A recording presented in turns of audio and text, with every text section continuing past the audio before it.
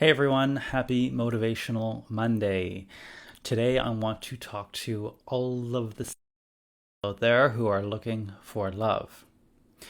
Okay, I want to offer that there are two different ways that you can approach dating. I mean, there's multiple ways, but for the sake of this, let's pretend there's two.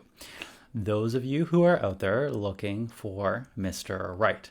And the energy that comes with this search is that you have your list of things you want, you know what you're looking for, and you're basically, people are coming in either on an app or in person, doesn't matter, and you're basically interviewing them or analyzing them to see whether they are a good fit for that role that you want them to play as long-term relationship, boyfriend, husband, whatever that may be.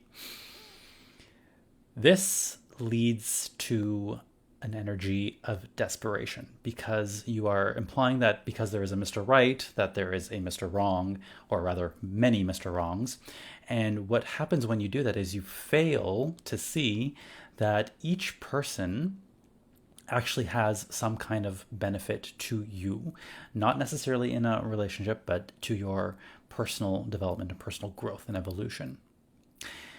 The truth is, there is no Mr. Right, there is no Mr. Wrong. There is only the person who you have right in front of you, whether it's someone that you're chatting with on an app or dating or a partner.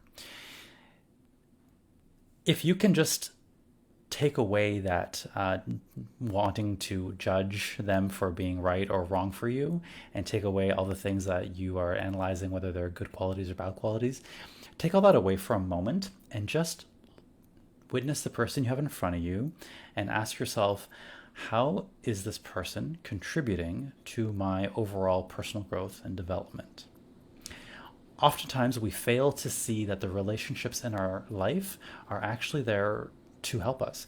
They, even if they trigger us, even if they make us feel bad about some aspect, we can use that pain, we can use those wounds, we can use that to do a lot of healing work within us, to look at what triggers us and why, to ask ourselves, okay, there must be something within me that needs healing around this particular topic.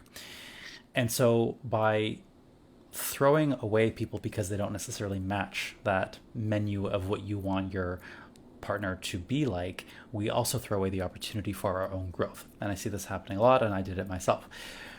Now, this isn't to say that everyone who is sort of in front of you in that moment is going to be the one for you. It's not necessarily going to be someone that you want to continue dating or even pursuing any kind of long-term relationship with.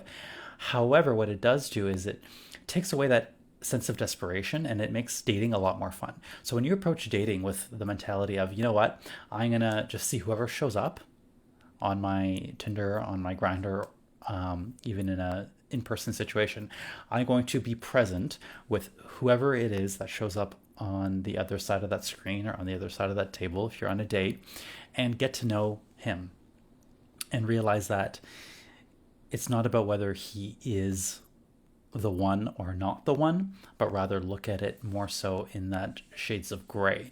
Okay, what can I learn about myself through the lens of this person? How can I deepen my ability to connect? How can I practice my ability to relate with somebody? Instead of, are they right for me or are they not? Are they going to get a second date or are they not? Am I going to take them home to bed with me or am I not?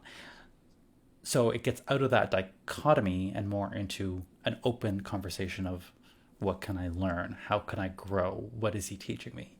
Doesn't mean you need to go on a second date or a third date, doesn't mean anything, but it does allow you to have a lot more fun on your search and on your journey towards finding someone to have a relationship with.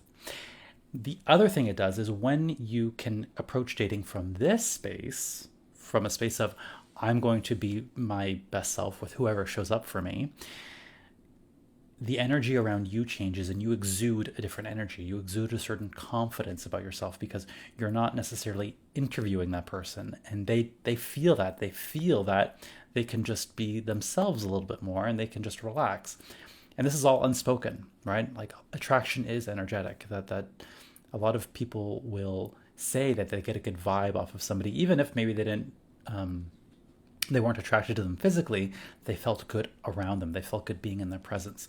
And that gives the other person permission to be themselves. It puts you in a greater state of relief and ease, knowing that you're not necessarily trying to fit every round peg into a square hole, but rather you're going to appreciate the round peg for being a round peg, and then that's that.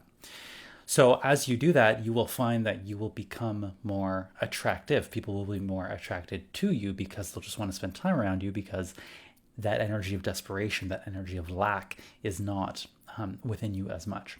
So that would be some of my dating advice for those of you who are single out there.